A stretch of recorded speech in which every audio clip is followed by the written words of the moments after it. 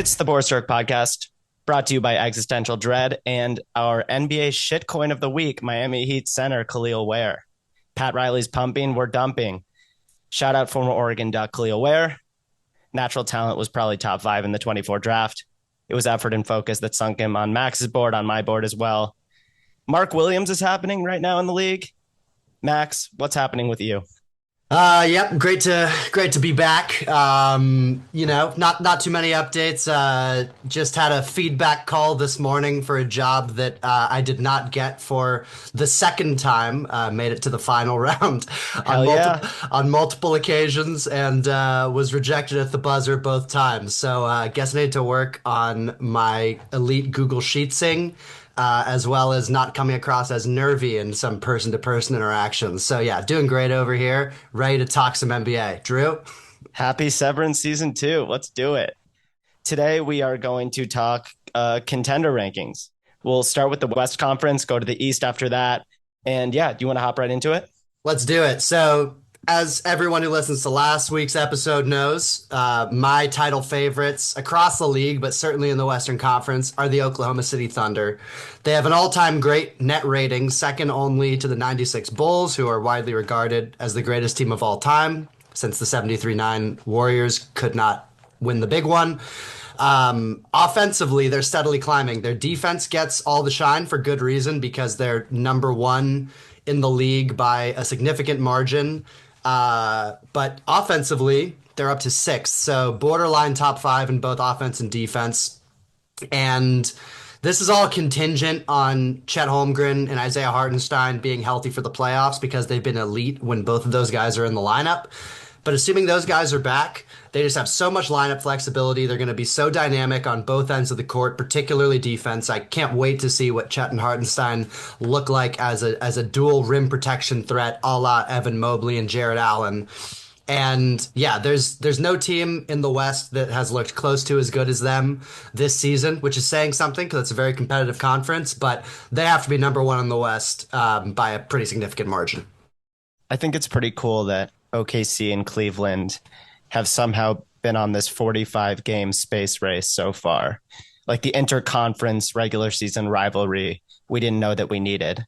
And Jokic just had one of the best games in the history of basketball. And so I think the MVP conversation, which I think is kind of a waste of time, is going to spice up a little bit. I mean, I know it will. Like Jokic is having probably as good a season as he's had. But I just wanted to point out how special it is that SGA is right now a plus 14.7 on off for the Thunder, considering even without Chet, like how great and deep a roster that is.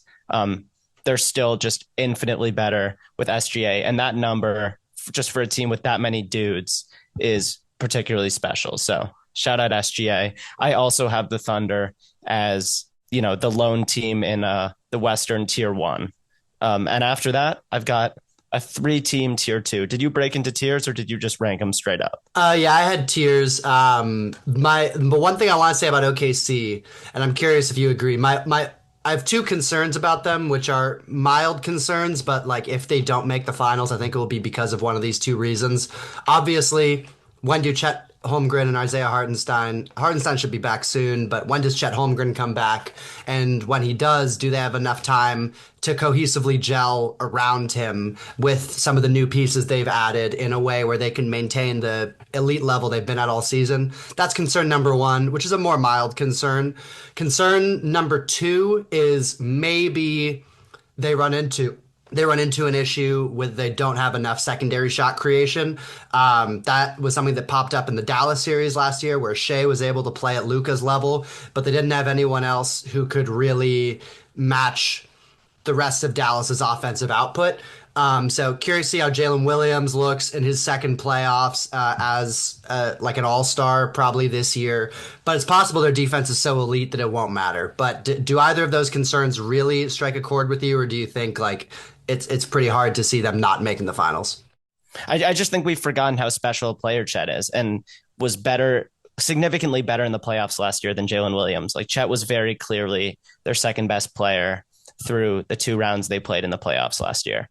Yeah. So I'm just open to the idea that the J-Dub shot creation stuff that can sort of reach its limit in the highest leverage games right now. And like J-Dub, and not because J-Dub isn't going to be amazing. He's just still getting better and might not be ready to be the second best player on a championship team. I think that there's a good chance if Chet can be 90% of himself, that he can alleviate those concerns that you have.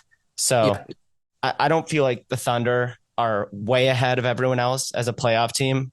I'm still open to the old school idea that when we get to the playoffs, Jokic and Luka can kind of dictate pace and hang with a much deeper roster just because they're such basketball geniuses. I just think it's possible when Chet comes back, this team hits a playoff level that we can't even imagine for them right now. Yeah. And even with all the injuries, they're dominating the regular season at a rate where anyone who's ever dominated the regular season like this has won the championship. So even without their second or third best player in Chet and some of the other injuries they've dealt with, it hasn't been an issue. But if Chet comes back and gets hurt again, or Chet comes back and he isn't himself because it's been so long off the court, like I'm open to the idea that Jamal Murray could be better than J-Dub in a playoff series just because of experience. Yeah. I think in a couple of years, J-Dub will be a capable number two on a really, really dangerous team. Yeah. So is Denver your number two team in the West in that tier of three you were mentioning? For me, it's a tier of two. I have a tier of three. Yes, I have Denver number two right now, just because of the tear they're on. And Jokic still, in my opinion, the number one guy in a vacuum, even if this is going to be SGA's MVP season. And but actually the number one reason I've bumped the Nuggets up to two in my contender ranks in the West is Jamal Murray is more than recognizable again. Like Yeah. it isn't the best Jamal Murray we've seen, but his numbers are now at like a sort of normal Jamal Murray regular season. He looks more athletic, and the Nuggets supporting cast around Jokic and Murray has looked way more capable than they did the first chunk of the season. And so the Nuggets are one of those teams, like they can't really handle an injury to any of their like top six guys. I think like it will, like they just don't have the reinforcements. But if they get into the playoffs healthy, they can beat anyone because of their best player and because Murray's starting to look like himself again. Yeah, and on Jamal Murray, his field goal percentage has been trending up every month. It's really in the last 2 months, like since December, that he's been on a tear or, back to his normal self, basically averaging 21 points, 4 rebounds, 6 assists, which is in line with his career numbers on almost 50, 40, 90 shooting since December 1st. And that's coincided with the Nuggets really taking off. They've got the third best record in the league since December 8th, behind only the Thunder and Cavs. And they're now within reach of that 2-3 spot in the West, which puts you on the other side of the bracket from OKC. Easier first round matchup theoretically, although you never know with some of these old teams in the West and Dallas injuries and stuff. But theoretically, if they can get into that 2-3 bracket, it gives them a pretty clear path to the Western Conference Finals. And their offense has been elite. They've got top three offense, and Jokic is having possibly the best year of his career, which is insane given that he's already won 3 MVPs. But career high from 3-point percentage, and actually leads the NBA still, which is nuts. Career high free throw attempts. He's drawing a lot of contact. Career high assists. He's officially averaging a triple double. He's over 10 assists a game. Career high in scoring, over 30. And yeah, with Jamal Murray being playoff Jamal, which we've seen in most of the playoff runs that they've had, and Jokic being the best player in the world, playing maybe the best he ever has, plus some of these supporting guys, including Russell Westbrook, who's having this resurgence or resurrection, renaissance, whatever you want to call it, in their starting lineup. Most efficient season of his career, too, by almost every metric. Like, the team suddenly looks a lot more flexible with the looks they can throw out compared to how they looked last year when they kind of just ran out of variability against Minnesota. And it was just Jokic and does Murray have it? And if the answer was yes, Murray, they would win. No Murray, they would lose. I just don't believe that Russell Westbrook is going to be able to maintain the pace he's at right now. But I do believe in Christian Brown fitting seamlessly as like a cutting wing off of Jokic and Murray. And Peyton Watson's been awesome for them on defense. Like they give him a lot of the toughest assignments. And I just can't get out of my head the way Jokic almost dragged them back against the Wolves last year when it looked Yeah. like they were dead in the water. Jokic is better now than he was last year, which is so crazy to say. Yeah. All right. After Denver, who do you have? I have the Grizzlies number 3, and Mm, it's not because I think full strength Mavs are worse than full strength Grizzlies. It's Luka's calf strain. He'll probably be back in the next couple weeks, but more so Derek Lively ankle stress fracture. I think Lively is so key to what they do defensively. He's never as impressive a box score guy as Daniel Gafford. When both of those guys plays 30 minutes, like Gafford will have more points and rebounds, maybe even more blocks. And, from far away, you'd assume that Gafford is the more productive player, but Lively is a better processor on offense and a better mover on defense and has a bunch of micro skills that are just really important to Dallas. So I think Gafford is a really, really awesome backup big. He's not a really awesome starting big. He's probably below average as a starter, even with the positive things he brings to Dallas. So I'm worried about the Mavs. Luka will come back, and if he can stay healthy, he'll be incredible. And Kyrie will be his majestic, efficient self. But it's just a lot to ask of Luka, Kyrie, PJ Washington, who's been awesome, and like the guys around them. Without Lively, who could easily be out for the season based on the prognosis, I'd rather bet on the Grizzlies' depth, not just the depth down the roster, but like the top 3. And like we talked about last episode, this is the best Jaren Jackson we've ever seen. Ja is kind of budgeting his energy, and he said he was going to stop trying to posterize guys. He hasn't completely stopped doing that, but he is kind of pacing himself. Maybe I'm giving Ja too much credit. Like, there are nights where he, has 15 points and looks like, I don't know, he looks like a 30-something-year-old vet kind of waiting for the most important games. But he's still getting guys involved, and it's still Ja Morant. And in the last couple of minutes of a game, like he turns it on and he's fucking electric. So I picked the Grizzlies to finish second in the West in the regular season. And I actually kind of feel even better having watched them do it. And I think they're my number 3 contender in the West right now. Now, if we find out that Lively is going to be back and at full strength, I'd probably side with the Mavs just because Luka's been conference finals or better 2 of the last 4 years. And there's just an experience factor that tends to win out come the postseason. But right now, January 24th, I think Memphis is my 3rd favorite contender pick. all right. Yeah, sorry, I went statue. You didn't freeze. I just went statue mode on there for a second. Uh, but I still put Dallas above Memphis. And I have a lot of the same, and actually in different tiers. I think that when healthy, Dallas, I would probably put on par with Denver, maybe even ahead of Denver as the second best team in the West. I think when healthy, this team compared to last year's team that made the finals, they're deeper. They have more looks, more perimeter guys they can throw out between the more 3-and-D guard of Quentin Grimes, or the more physical sort of utility player in Najee Marshall. They've got the Clay shooting factor, which can steal them games in the playoffs still even at this stage of his career. And I'm just sort of taking the fact that I would rather bet on Dallas health unknown than Memphis health known, because I think Dallas's ceiling is just that much higher. Having said that, they're probably going to have to claw their way from the bottom half of the bracket, which they'll need to stay out of that 8 seed matchup. They can't, although they've had OKC's number this year and they beat them in the playoffs last year. You don't want to be in the 8 seed and having to go through them in round 1. If they can stay in that 5, 6, ideally, or maybe 7 range, they should be okay.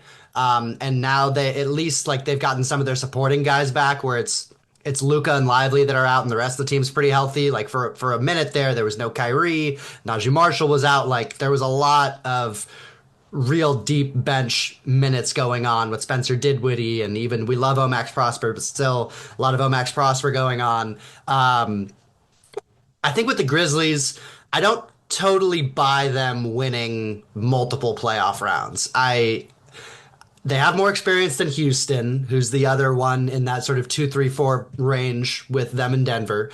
And I trust Ja more as a number one option than anyone on Houston. And they're deep, and they will be a 2 or 3 seed, which should give them a good bracket. But I still just worry about some of the things we've seen in the past about their half court offense in the playoffs. Their offense, they are top five in offense, which is largely driven by their transition attack and their offensive rebounding, similar to how it was driven when they had Steven Adams on the team. Now that sort of rebounding is being picked up by a combination of Brandon Clark, Zach Edey, and some of the other guys they've added around the roster. I'm just not sure in these high leverage playoff moments when the transition opportunities dry up, maybe defenses are a little bit more locked in game to game on the glass. Is the Ja Bane, Jaren Jackson trio enough shot creation to hang with teams past the first round? You know, Denver, Dallas, OKC, even some of the teams they might play in the first round. I just have a hard time thinking that that trio has enough shot creation in the half court to get them there. So I can totally see them winning a first round. If we're taking bets on who's more likely to win a first round series, I'd probably take Memphis over Dallas. I just think if we're talking title contenders, I think Dallas has a real chance, if healthy, to make the finals. And I just don't totally buy the Grizzlies winning 3 rounds in a row. Fair enough. Also, goes without saying, like someone in this top four that we've just discussed is going to make a trade. You know, the Thunder might decide they want to, consolidate and go get another shot creator. That's been much discussed. The Nuggets don't have a lot of options. I'm no Bobby Marks. I don't know how practical a Jimmy trade is for Denver, but they do have the MPJ contract and a couple other things that they could move around. The Grizzlies are a stronger candidate for a trade just because of all the depth and all the tradable contracts they have. They've been playing Luke Kennard a lot recently, which I think is partly because they want those numbers to look pretty good, because there are a bunch of teams that will trade for Luke Kennard. And like we've talked about with Memphis, they just have a bunch of guys toward the bottom of their rotation who would play more minutes for other teams, and they might want to become a little bit more top heavy at the deadline. So yeah, this could look a little different. Just, last year it was Dallas who went and got PJ Washington and Daniel Gafford at the deadline. They make it to the finals. That ends up being a really, really productive deadline for Dallas. And we just got to remind ourselves that someone's going to be the Dallas of this trade deadline and get one or two starters, rotation guys who change the whole outlook of their second half of the year. Yeah. Did you have anyone else in the West that you listed as a contender? Tier 3, I just put Houston alone. Okay. I think you have to respect what Houston has done so far in the regular season.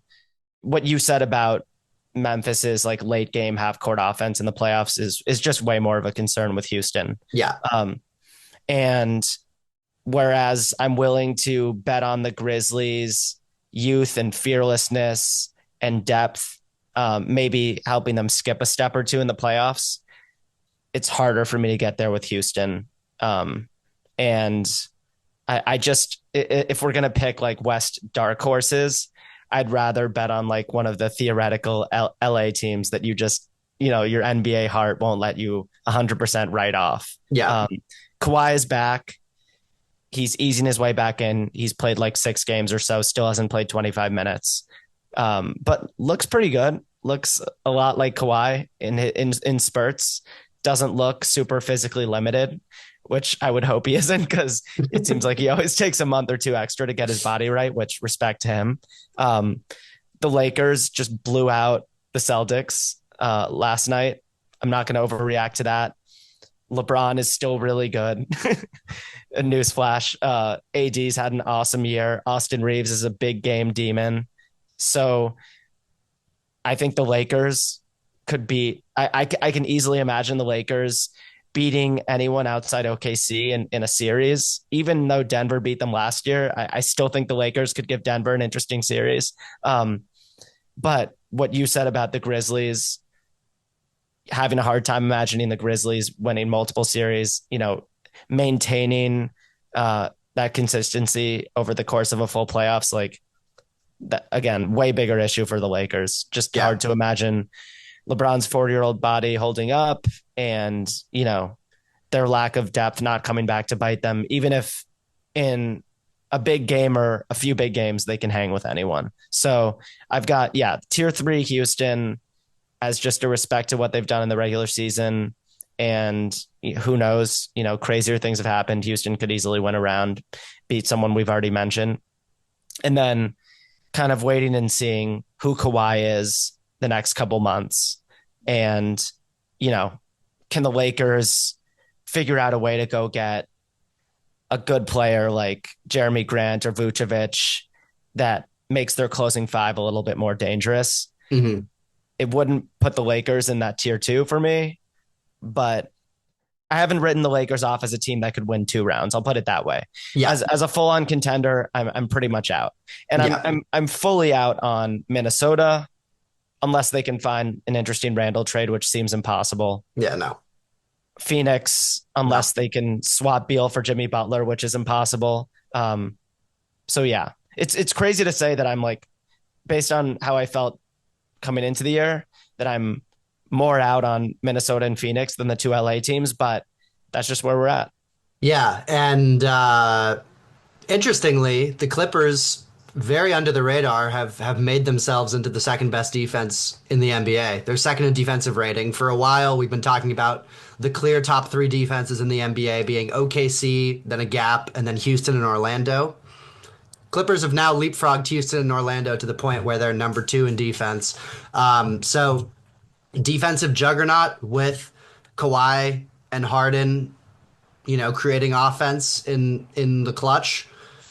There's a recipe there, but obviously not going to get suckered into believing that we're going to get more than 3 healthy playoff Kawhi games. But if we do, there is a recipe there.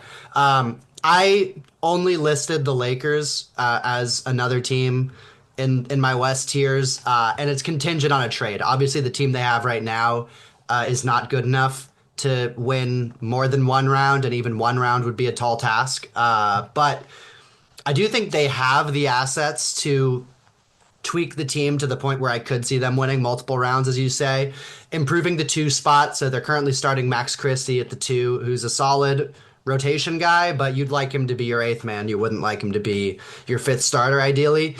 If they can get like a solid starting shooting guard in there and then pick up a big man to be able to throw out that double big look at times, but have a sort of core lineup of Reeves, whoever that starting 2 guard is, Dorian Finney-Smith, LeBron James, and Anthony Davis. Like, that is a lineup that can win multiple playoff series, I think. And go for it. Like, give us meaningful playoff LeBron games, please. Like, 1 first-round pick, 7 years from now. Like, who cares? Just do it. Give us Captain America in the playoffs. Like we saw in the Olympics, when you get him in these high leverage games, he's still such a dynamo. Even if his defense has regressed and he doesn't put in, effort as an off-ball defender and all these different things. And Anthony Davis is still awesome and one of the best players in the league, one of the best defenders in the league. And Reeves has been awesome too. Like, just go for it. Yeah. Like, what are you waiting for? And Yeah. if you do, yeah. they can win a round or 2. On the positive side for the Lakers, like I said, Austin Reeves, big game shower upper. DFS, great guide for them to get.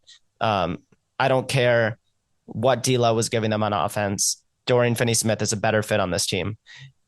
But like, part of going and getting a really productive player right now and adding someone for the Lakers is helping LeBron stay healthy the next 40 games. Yeah. Like, you can tell that he is, giving up the rock like more often. He knows he's got to pace himself. There's so many possessions this year where he just kind of gives the ball to Austin Reeves and says, cook. He recognizes that Austin Reeves is taking on those point guard duties for the Lakers in ways that, the last couple of years LeBron would just say, I'll handle it. Yeah. So he's more than aware of his limitations of, the regular season marathon, because again, the Lakers look pretty good in a West that has a decent amount of parity. If they can just get there healthy, add a piece or two, this will be, an interesting tournament for them. But yeah, it's just the way they look right now. If they just stay put at the deadline, I think I'll be comfortable writing the Lakers off as a contender. Yeah.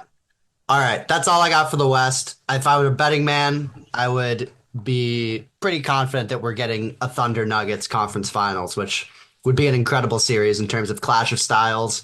And was the opening night matchup, I believe, when the Thunder wiped the floor with the Nuggets. Both teams have just been more impressive since then, particularly Denver, but both teams have just sort of gone up. So, yeah. Shall we move to East? Let's do it. All right. I've got a tier one in the East of Celtics and Cavs. Call me crazy. I still have the Celtics one. Yeah. I think the difference between this year and last year, other than, the clear fact that the Celtics are way worse through 45 games than they were last year, and are slumping right now, and have definitely looked different body language wise. All the things that Bill Simmons said in his rant monologue today or last night. Those things are true. I watched, full Celtics Lakers last night, and I was struck by just the mopiness of Boston. They're walking the ball up. There just is a general lack of energy. It doesn't look like guys don't like each other. It just looks like they're having trouble finding the energy, and they're just like, they're coming out flat, and they stayed flat all of last night. And I kept expecting them to make their run, and they kind of poked at the Lakers here and there, but overall just looked like a team that needs to kind of find itself again. And I'm not panicking on Jaylen Brown. It's been a rough several weeks for him, but it is just wild how different Jaylen Brown looks from the conference or the finals MVP. Yeah. And the Celtics right now kind of look like the psychologically questionable Celtics of the last few years, dating back to before the championship. Mhm. But I think the difference is now they have not only the experience, but they've got the veteran leadership of Drew Holiday. Like, I just refuse to believe that this is going to spiral out of control for Boston. And I think the difference between this year and last year, with all of that said, is that last year they could win it all without Porzingis. They were good enough. Yeah. If Porzingis had never come back, they still probably would have won the title. This year, if they suffer a Porzingis injury, the Cavs would probably be my pick out of the East. It's that close now, in a way that it just wasn't last year in the East. But yeah, tell me about your top tier. Do you have Celtics 1, Cavs 2? I do have Celtics 1, Cavs 2. I actually have like a slight mini gap in between them. Not a full tier break, but I think it's, to me, still clearly Boston 1, Cavs 2. And we can talk about the Cavs in a second. But yeah, Boston, I think, still gets the benefit of the doubt. Jaylen Brown is having his least efficient season since his rookie year, which was one of the least efficient sort of high volume rookie campaigns that we've seen. And he's having his lowest efficiency pretty much across the board since then. Some of his efficiency markers are worse than they were his rookie year. But still, the talent is there. They've had some guys take steps in Peyton Pritchard. I think Jason Tatum is better this year than he was last year, overall. And yeah, I do agree that if Kristaps were to get hurt, I would probably shift to Cleveland, but healthy, I still think I would go with Boston. And they're still like the team that stylistically teams are chasing. And it's strange because I sort of felt like they were kind of in the perfect position of like mentally in terms of coming off a title but still feeling somewhat disrespected because, everyone I think rightfully was talking about how easy their path was to the finals, how easy like they matched up with Dallas super well and just like wiped the floor with them. And then so they had that they could use as motivation. Jaylen Brown getting left off the Olympic team that he could use as motivation.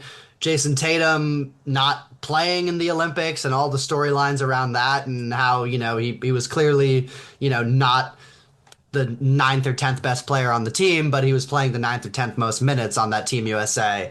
And I thought that would sort of lead them to be a really motivated defending champion where they wouldn't have that post championship malaise that you see from a lot of teams. But it hasn't for some reason. I'm not sure why that is. I'm not sure if it's just the makeup of the guys or a coaching thing or it's just random shooting variance that isn't going their way this season. But that has definitely surprised me because I thought they would have one of the more kind of revenge tour type title defenses that we've seen when usually teams get kind of complacent after winning a title. So that's been odd to me. But aside from that, I definitely still have Cleveland as the clear number two. They're down a bit from their all-time great like net rating offense, or their offense still all-time great, but their all-time great net rating is down. It's not up there with OKC like it was in the past. But with their record, their league best offense, and just all the success they've had this year, they're on pace to win an absurd amount of games. They have to be up there in that top tier as well. On the Celtics optimism side, I would just say this shitstorm is happening now. 45 games in, they have to ask a lot of questions of themselves. I'm sure Missoula's going to light a fire, and they just have like a long time to figure it out. One quick thing on Cleveland, the reason I had him as like a mini tier below Boston, I do think they have some of the signs of previous regular season juggernauts that didn't quite measure up in the playoffs. Like conjuring up memories of the Budenholzer Hawks, the Rudy Gobert, Donovan Mitchell Jazz that were at the top of the West for a couple years, but never made it out of the second round. The 2021 Suns, who lost to Luka in the second round. In that first, the lack of the sort of clear number one apex option. Like, I'm not positive Donovan Mitchell is quite up to being the best guy on a title team. I mean, it's possible. I don't think he's that much worse than Jason Tatum, particularly as a shot creator. He may even be better. He's certainly not the defender Jason Tatum is, but offensively, there's definitely a comparison there. But I'm not positive he's at that level. And then a lot of their success comes from how insanely deep they are, which in the regular season, and we touch on this a lot, having a 13-man rotation or 13 playable guys makes a huge difference in the regular season because you can withstand injuries and still be throwing out positive players to the point where you can have injuries to two key guys and your 5-man bench group is still going to be better than almost every team's in the leagues. But you get into the playoffs, you start playing 8 guys instead of 10 or 11. That edge matters less in terms of how deep onto your bench you can go. And that is just the one thing I worry about, where in a similar way I worry about with Memphis, where like the extreme depth down the roster doesn't matter as much once you get into the playoffs. And they're going to have the number one seed. They're going to have an easier path, most likely, to the Eastern Conference Finals of playing like probably a pretty rough team in the first round at the bottom of the bracket in the East, and then probably like Milwaukee or someone like that in the second round, which would be a great series. But I think Eastern Conference Finals is a great bet for them, and they've played Boston tough in the past. So if that's who meets them, that would be a really interesting series. But those are just some of the things where I'm still not quite, all the way in on putting them as one of the favorites with their regular season record. The only real suspense is, do you have one team or two teams in your next tier? I have 3 teams. Oh, okay. Okay, so I have the Knicks as the third most dangerous team in the East. Yeah. In a vacuum. Again, we always do this, and then we get matchups and things change in the last couple of weeks of the season. And, the bracket is very important. But in a vacuum, I've got the Knicks third. Top 3 players in minutes played this year: Bridges, Hart, OG, in that order. Yeah. Usually that is not, one team doesn't have the top 3 guys in minutes. Tibbs doesn't really care about usually, though. I've talked about the Knicks and my general doubt that in Cat as the defensive anchor of a contender, I still can't believe how Cat has redeemed himself this year and how much more I like him than I did the last couple of years. But I don't think Mitchell Robinson, even if he comes back and looks like himself, is going to bump them up a tier. I don't think he's going to be that kind of difference. And I haven't seen any trade possibilities for the Knicks that make me think that they can kind of transact their way out of where they are right now. But third in the East as a contender threat is a really good place to be. And, someone on the Celtics, someone on the Cavs could get hurt, and suddenly the Knicks are very much in the thick of the race. And I like them more than the two other teams in my tier two. So obviously I'm not a Knicks hater. I just think this is kind of where they are right now. Yeah, Knicks are clearly three for me. I have them alone, and then a separation Okay. before the next team.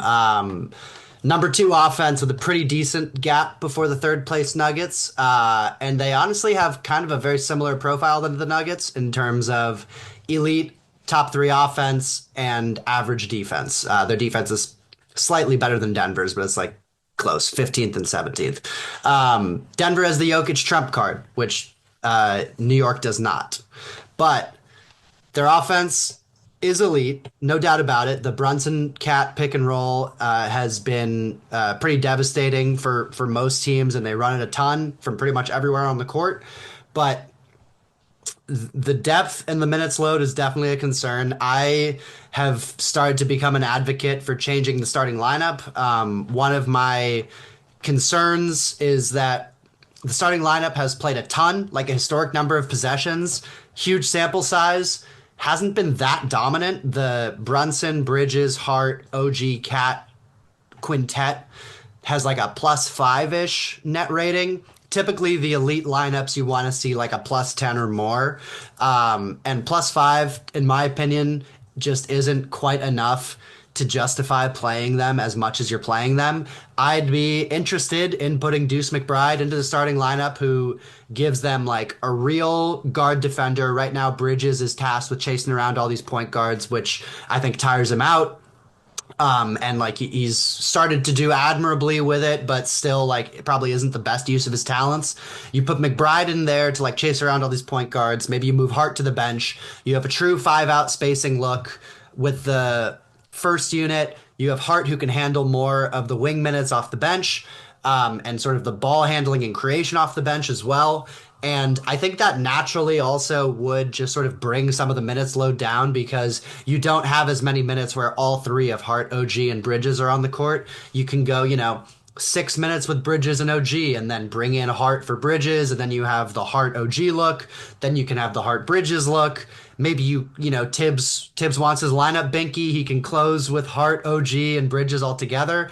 But I think even without having to make a trade, just making that adjustment would lower the minutes load for all these guys. And the trio, or the quartet of Brunson, McBride, Bridges, and OG has performed really well, and Brunson, McBride in general together have performed really well. So I'd like to see them do that a little bit more. Mitch coming back will certainly help. Maybe they can make some sort of minor tweaks, bring in like just a rotation wing. No one who's going to be earth shattering, but someone like Javante Green or Amir Coffey. Like, really, I would love if they brought in Amir Coffey. That might be a pipe dream, but someone who you could trade like a second round pick that's not going to take one of your core rotation players. I'd be looking to try to do that to just get another, live body in that rotation. But all that being said, they're in a great spot. They've got a tough schedule coming up that's going to reveal a lot. 5 games at home in a row against Western Conference playoff teams. Very curious to see how that goes, and it gets tougher from there as well. But their offense is going to be very tough for teams to stop in the playoffs. So they've got to be up there. Do you feel like they are as gritty and as relentless and as big-hearted as they were last year in the playoffs? Because No. that was what made the Knicks special. They were always going to be at a talent deficit against the heaviest hitting contenders. I guess they didn't have to play any of them last year. And they lost to the Pacers in large part due to injury. Yeah. But what made me open-minded to the possibility of a deep Knicks playoff run last year was just, I thought that they were kind of meaner and less scared than anyone on the Eastern side of things. And so like just big picture, I hear you on the lineup stuff. I see Knicks fans begging online to shake things up, and I think just the fact that McBride has been this good defensively and like deserves more is a testament to their development. And like you said, they don't need to look like this shallow a team. Like that they have guys. They Yeah. don't need to be playing Josh Hart 44 minutes on a Tuesday in Toronto. But yeah, they just don't seem to have that competitive edge that made me want to give them a chance against absolutely anyone last year. Yeah, there's no doubt they're more of a finesse team this year with shipping Hartenstein, DiVincenzo, and I mean Randall for all his faults. He's a physical guy, even though he wasn't healthy in the playoffs last year. But shipping those guys out and bringing in Hartenstein and Bridges, like that is a definite physicality downgrade and moving in the direction from physical to finesse. But I mean, the skill upgrade is just insane. Like, and they're posting insane. I think maybe league leading or close to league leading numbers in terms of rim field goal percentage, and that's just because the paint is so wide open with the spacing that they have. Like Bridges is among the top players in field goal percentage at the rim because he's getting all these open dunks off of cuts. Josh Hart is finishing at an awesome level because there's no one at the basket just with what Cat has provided. So yes, there's a physicality downgrade, but would you rather have scrappy underachievers who lose a competitive second round series or over talented finesse who have a real chance of making the conference finals and have a chance in a series against anyone if their offense is really humming? So yes, they're a less physical team, but Brunson's an elite competitor and one of the more physical point guards out there. Like I trust him to bring that edge and to bring that out of his teammates as well. Josh Hart is an absolute maniac, Tasmanian devil. Like you trust him to bring that edge as well. And Tibbs is going to instill that dominating mentality, I think, in guys as well. So yes, they're more finesse team, but it's probably a sacrifice that needed to be made. Yeah, it reminds me a little bit of Milwaukee. We're going to probably talk about in a second the way that a lot of Dame's value, despite Dame having like really good counting stats this year, like a lot of Dame's value is just the gravity that he creates for Giannis and other drivers. Cat has meant so much to that offense, even like when he isn't having a super efficient shooting night, which he's been really efficient all year. But like the driving lanes, the creases created by Cat's shooting gravity, for Brunson, for Hart, for Bridges, for OG, have all paid dividends. It's just wild to see a team's path to victory change so much from one year to the next. Yeah. Like they're kind of the same, they're around the same level of playoff threat as they were a year ago, it feels like. And yet the way they do it is drastically different, which, they made big deals, but it's still jarring. Yeah. Yeah, let's do Milwaukee. That's the only other team I had, but I'm curious to hear who your third is after that. Okay, so yeah, Giannis. I have Milwaukee as the fourth most dangerous team in the East. Giannis leads the league in usage, leads the league in fast break points, points per game in the paint. That one actually by a mile. I think Giannis has like 4 more points in the paint per game than Jokic, who is the second most. Underrated Dame season. I saw you tweeted about this. Dame is having a sneaky, efficient year. Like Dame is one of those guys just because of the 3-point volume. His true shooting is always way better than you expect, even when his field goal percentage is low 40s. He's making a ton of threes. He's getting to the line. He's shooting 90% plus from the free throw line. So offensively, Dame is giving the Bucks exactly what they thought they were trading for. Defensively, obviously, will always be a challenge for Dame, and the depth for Milwaukee is still a question mark. And I'm nervous about the fact that Giannis is one of these guys who's listed as probable almost every single night, just because he's got a calf issue, and I don't like calf issues. Again, similar to the Knicks, I don't see the path to a trade that could change things in a major way for Milwaukee. Yeah. I like the well-roundedness of Boston and Cleveland's closing fives or closing sixes, if that's what you want to call them, so much more than the Bucks. And it's just I don't think that they have enough firepower. I just Middleton has been decent.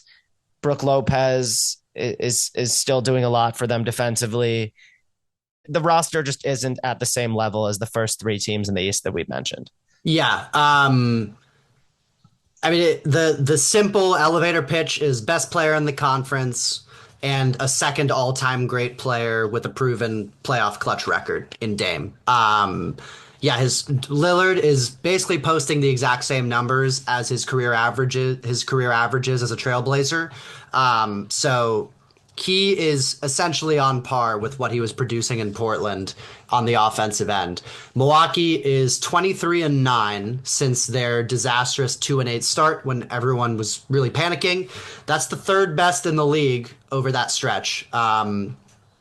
And in that stretch, top five defense, which I think is maybe the most encouraging thing because last year, the story was their offense is really good, but with Dame and Middleton in the starting lineup, like their defense just isn't able to hang in the same way I mean, under Bud and with Drew Holiday in the past, they were perennially a top five, top three defense.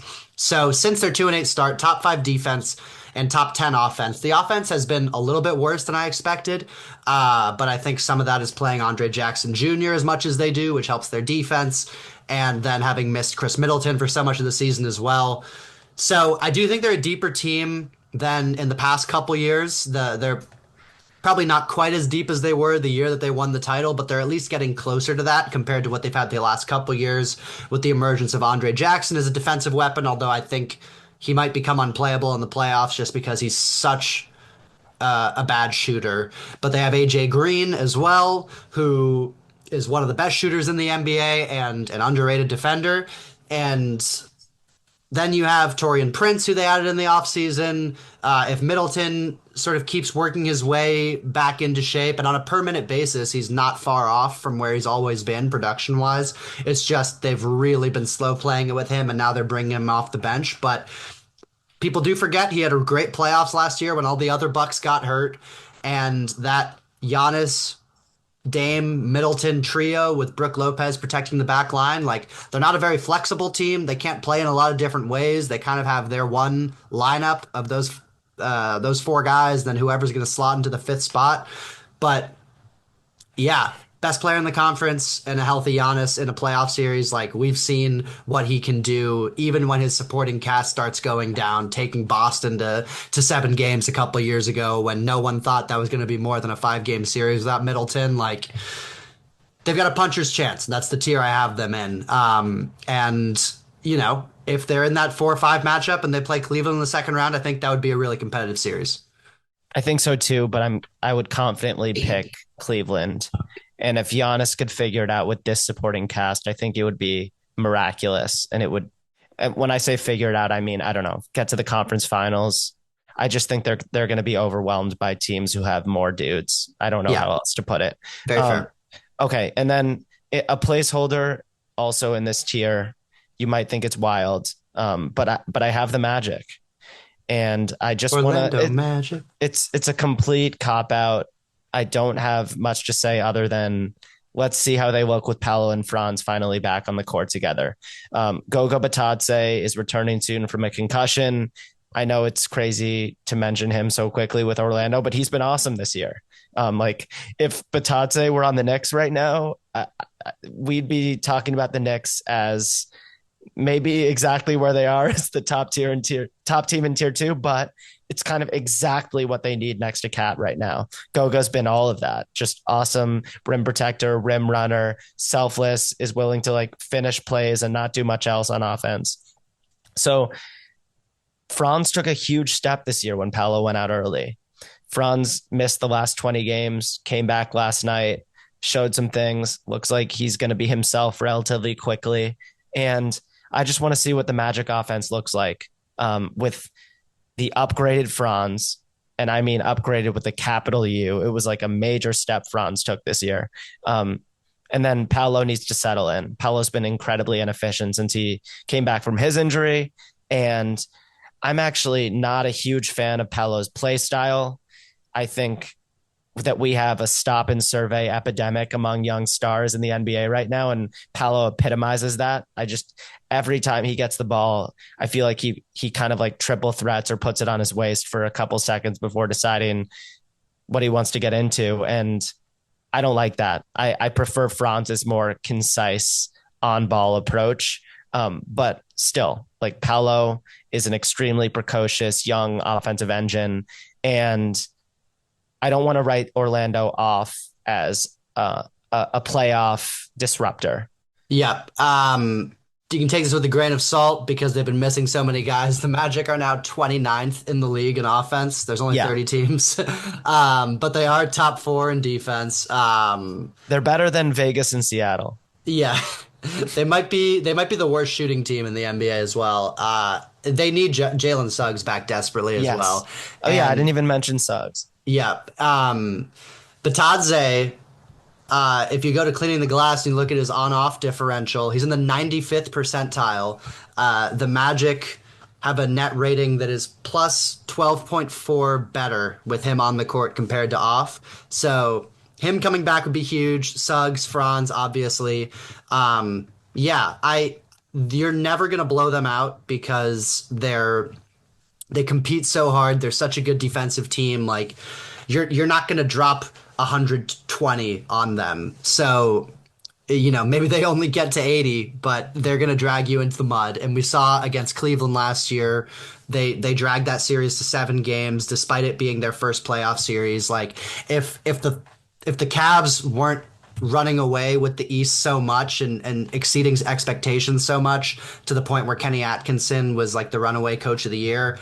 I think what Jamal Mosley has been able to do with this Orlando team and all the injuries they've had, keeping them afloat as a playoff team in the East, has been so impressive. The Knicks have had a number of games against them where the Magic are missing like almost their whole team, and it's still just an absolute dogfight.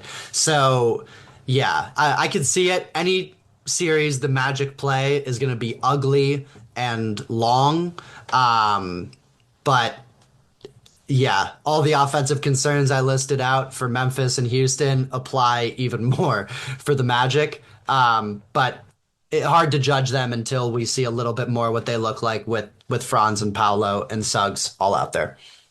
Yeah, I'm just in love with the theoretical Suggs, KCP, Wagner, Bunkero, and then pick your fifth. Goga. In a sort of normal lineup, it would be Goga at center. He's stolen that role from Wendell Carter Jr. But in a smaller lineup, a more switchable lineup, you can have Jonathan Isaac, legendary per minute defender, Jonathan Isaac. You can give your boy Tristan Da Silva a shot, even though I think when push comes to shove in the playoffs, they're going to be more tentative, giving Silva a real chance, even though he's had some really important nights for them so far this year, especially, with all the injuries they've dealt with. But Anthony Black is another like really, really pesky defender. But to your point, it's the shooting. Even Suggs, who's one of their most important 3-point shooters, is an up and down shooter. It took him a couple of years to find his shot in the NBA. So that's probably what will prevent them from really being a legitimate contender this year. But again, depth of talent and size and athleticism and energy, it's just really hard for me to watch Jalen Suggs diving on the floor, doing all the crazy maniac hustle shit he does, and then look at like the Franz leap and Paolo on the right night and not think this team can like give a series to anyone. Yeah. And yeah, I think that's probably where I'd end it. Like maybe Indiana deserves a shout after making the conference finals last year, and they've been Yeah. really getting it together recently. But they're not winning multiple rounds in this East. We have objectively been disrespectful to Indiana as a podcast. Um, I really firmly believe that they were one of the worst conference finals teams I can remember last year. And it was just really New York's injuries that I think gave them a path to that conference finals blowout loss to Boston. But the Pacers are rolling. Yeah. And Halliburton's been really good again. Siakam is having another efficient, consistent, like durable Siakam season, but I just don't see it. Like, Yeah. I just don't see it. They might prove me wrong again. Like the Pacers deserve more love than we've given them. They just still look to me like a deep regular season wins accumulator and not really a team that I'd be scared of matching up with in the playoffs. Yeah. Absolutely. All right. That's all I got.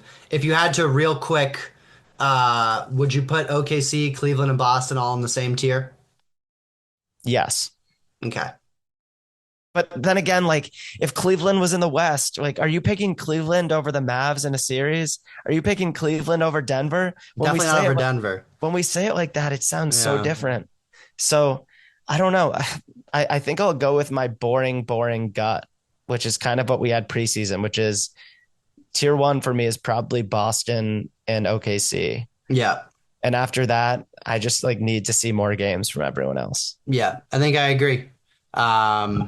But yeah, it's shaping up to be a fun, at least second round, I think. Like, I think there's going to be a lot of matchups that are going to be really tight. Hopefully, we get some of these superstar matchups that have been like elusive in the last several years of like if we could get a Jokic Luka series or, you know, Giannis trying to figure out the puzzle against a clearly superior team. I feel like that's been a little bit absent in the past couple playoffs. And we're a long way from the playoffs, only halfway through the season, a little over halfway. But yeah, I'm definitely excited for when April and May roll around. This is going to be an absolutely awesome 3-point variance playoffs. All right. Thank you guys so much for listening. If you made it this far, we appreciate you, and we'll be back soon. Peace.